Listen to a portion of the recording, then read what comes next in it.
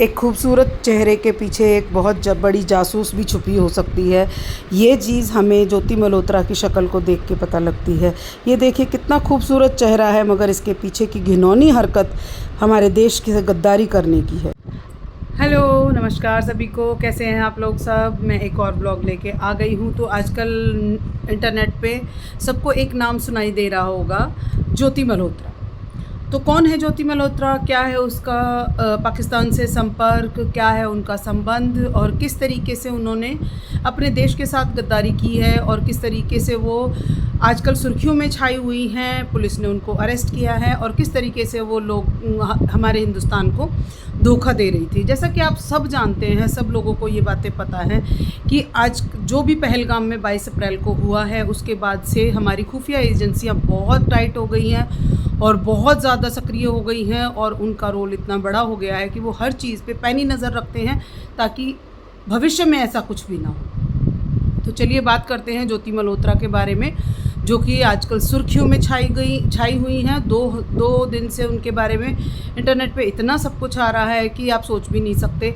और आप ये भी नहीं सोच सकते कि कोई हिंदुस्तान में रहने वाली हिंदुस्तान की लड़की एक स्पाई हो सकती है, अपने ही देश से गद्दारी कर सकती है, अपने देश के लिए अपने देश की खुफिया जानकारियां दुश्मन देश को दे सकती है। वहाँ के जो भी ISI के एजेंट्स हैं उनके संपर्क में हो सकती है। देखिए, अब हम बात करते हैं ज्योति मल्होत्रा के बारे में। तो ज्योति मल्होत्रा जो हैं वो हिसार में रहने वाली एक लड़की हैं, जिनके काफ़ी सारे फॉलोअर्स हैं और ट्रैवल ब्लॉगर हैं। आजकल आपको पता है, सब कोई यूट्यूब जानकार है, यूट्यूब चलाते हैं लोग और यूट्यूब का अच्छे से इस्तेमाल करना लोग जानते हैं, मगर इसका नेगेटिव इस्तेमाल भी हो सकता है, ये बहुत कम लोग जानते होंगे। क्योंकि यूट्यूब को इस तरीके से इस्तेमाल करना तो कभी किसी ने सोचा भी नहीं होगा। ट्रैवल ब्लॉगर बन के अपना वीज़ा लगवा के एक लड़की पाकिस्तान जाती है, वहाँ कुछ लोगों के संपर्क में आती है और किस तरीके से वो ISI एजेंट के संपर्क में आती है, जो कि उनको पैसों का लालच देते हैं। इस तरीके से कुछ अपने बहकावे में लाते हैं कि भाई आपको बहुत सारा पैसा मिलेगा। देखिए, बहुत सारी जानकारियां ऐसी हैं जिनके बारे में दुश्मन देश को पता लगना बहुत ख़तरनाक हो सकता है। और यही एक कारण रहा है जिसकी वजह से हमारे पहलगाम में 28 लोगों की निर्मम हत्या कर दी गई, क्योंकि उनके पास पर्याप्त जानकारी थी, पर्याप्त सामग्री थी और लोगों की संख्या की उनको जानकारी थी कि हम कितनों को हताहत कर सकते हैं या कितनों को मार सकते हैं। 80 से ज़्यादा लोग घायल हुए हैं, 28 लोग मर गए हैं पहलगाम हमले में। और उसके बाद ऑपरेशन सिंदूर चला के हिंदुस्तान ने ये जवाब भी दे दिया है कि हम क्या कर सकते हैं। हमारे देश पर तीखी नज़र रखने वाले दुश्मनों का हम सर काट के भी रख सकते हैं, और यही हमारी हिंदुस्तान की सरकार ने किया है। और लेकिन एक सबसे बड़ी बात है कि हर राज्य में, हर सत्ता में कुछ जयचंद छुपे होते हैं, और ये जयचंद वही होते हैं जो अपने देश की सारी जानकारी इकट्ठी करते हैं और फिर दुश्मन देश को वो परोस देते हैं। क्यों? क्योंकि उन्हें लालच होता है, और ये लालच हमसे क्या करवा देता है हमें खुद नहीं पता होता।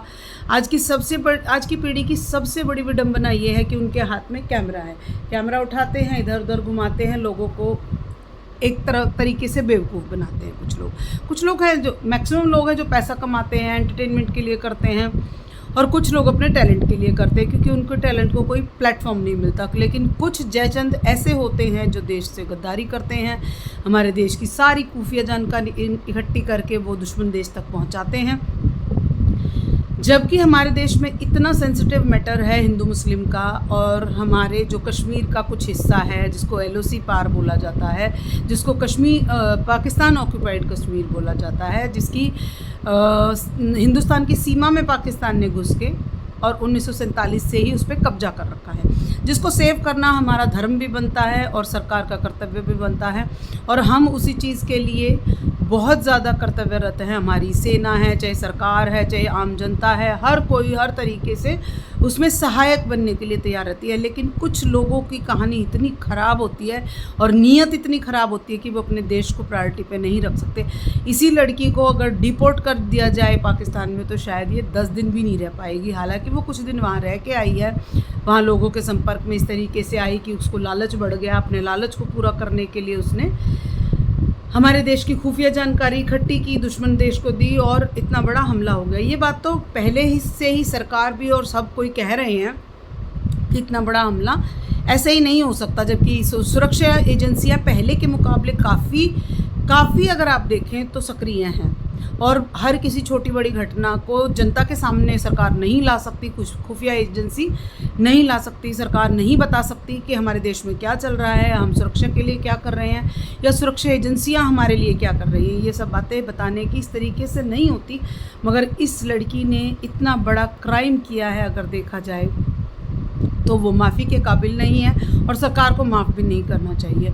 तो ज्योति मल्होत्रा के बारे में अगर आप देखेंगे तो यंग लड़की है, 2023 में पाकिस्तान होके आई है, ट्रैवल व्लॉगर है, तो ट्रैवल वीज़ा लेके गई थी और प्रॉपर वीज़ा लेके वहाँ पे गई है। तो आप उस चीज़ को ये देखिए कि कितना दिमाग लगाया होगा और लालच उसके अंदर कहाँ तक भरा होगा कि उसने अपने देश की खुफिया जानकारी का सौदा वहाँ के, और एक दो बार नहीं बहुत बार उसने इस बात को वहाँ के उच्चायुक्त से और वहाँ के जो खुफिया एजेंसी है उनके साथ शेयर किया है, उनसे पूरा धन लिया है, पूरा पैसा उसके पास आया है। तो आप सोच के देखिए कि इस तरह की चीज़ें हमारे देश की खुफिया एजेंसी को विचलित करने वाली हैं। जिस सुरक्षा के लिए करोड़ों अरबों खरबों रुपया सरकार खर्च कर रही है, उसे एक मामूली सा ट्रैवल व्लॉगर किस तरीके से दुश्मनों को बेच देता है। ट्रैवल व्लॉगर इतने हैं कि बस आप पूछिए मत, हर जगह की जानकारी मिलती रहती है, हर जगह को वो लोग दुनिया को दिखाते रहते हैं कैमरे की तरफ से, ये देखिए ये जगह, ये देखिए ये जगह है। उसका एक वीडियो मैंने भी देखा जिसमें वो पाकिस्तान की ज़ीरो लाइन पर जहाँ पे वो खड़ी थी, पाकिस्तान की इधर मैं जाऊँगी तो पाकिस्तान है, इधर हमारा हिंदुस्तान है, कहने को हमारा हिंदुस्तान कहने वाली लड़की और इस तरह की हरकत करेगी किसी ने सोचा भी नहीं था।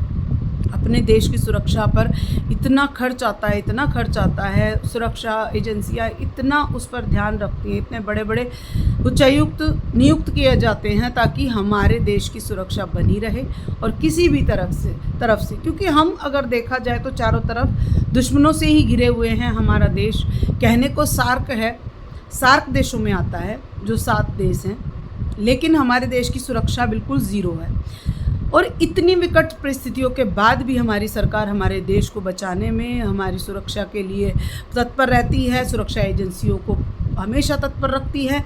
एक तरफ से चाइना है, इतना बड़ा दुश्मन है, दूसरी तरफ से पाकिस्तान है जो हर टाइम हमले करता रहता है, दूसरी तरफ बांग्लादेश है जो हमारे बिल्कुल पश्चिम बंगाल के बिल्कुल साथ में लगता हुआ है, और सबसे नीचे श्रीलंका है जिनसे भी हमारे संबंध कुछ ज़्यादा अच्छे नहीं हैं। म्यांमार है जिसकी सीमा लगती है, और फिर हमारा हिंदुस्तान का एक बहुत बड़ा टुकड़ा है जो हमारा देश है, और उसकी सुरक्षा के लिए हमारे जो सरकार है, जो हमारी सेनाएं हैं, जो सुरक्षा बल हैं, वो कितना मेहनत करते हैं और कितना ज़्यादा हमारी सरकार उस पर खर्चा करती है। लेकिन छोटी से छोटी जानकारी भी देश से बाहर निकलना कितना बड़ा खतरा हो सकता है, ये कोई भी नहीं आंक सकता। तो आप इस चीज़ को सोच के देखिए कि जब भी कभी आपको ये लगे कि हम सुरक्षा में नहीं हैं या हमारे देश की सुरक्षा को खतरा है, तो कहीं ना कहीं उसकी जड़ें हमारे देश के अंदर होती हैं। और पहलगाम हमला हुआ उसके बाद जब निर्दोष लोगों को निर्मम हत्या की गई, उस टाइम भी हर सुरक्षा एजेंसी यही कह रही थी कि हमारे देश के अंदर से जानकारियां मिले बिना इन लोगों के पास हमारे देश की जानकारियां नहीं जा सकती।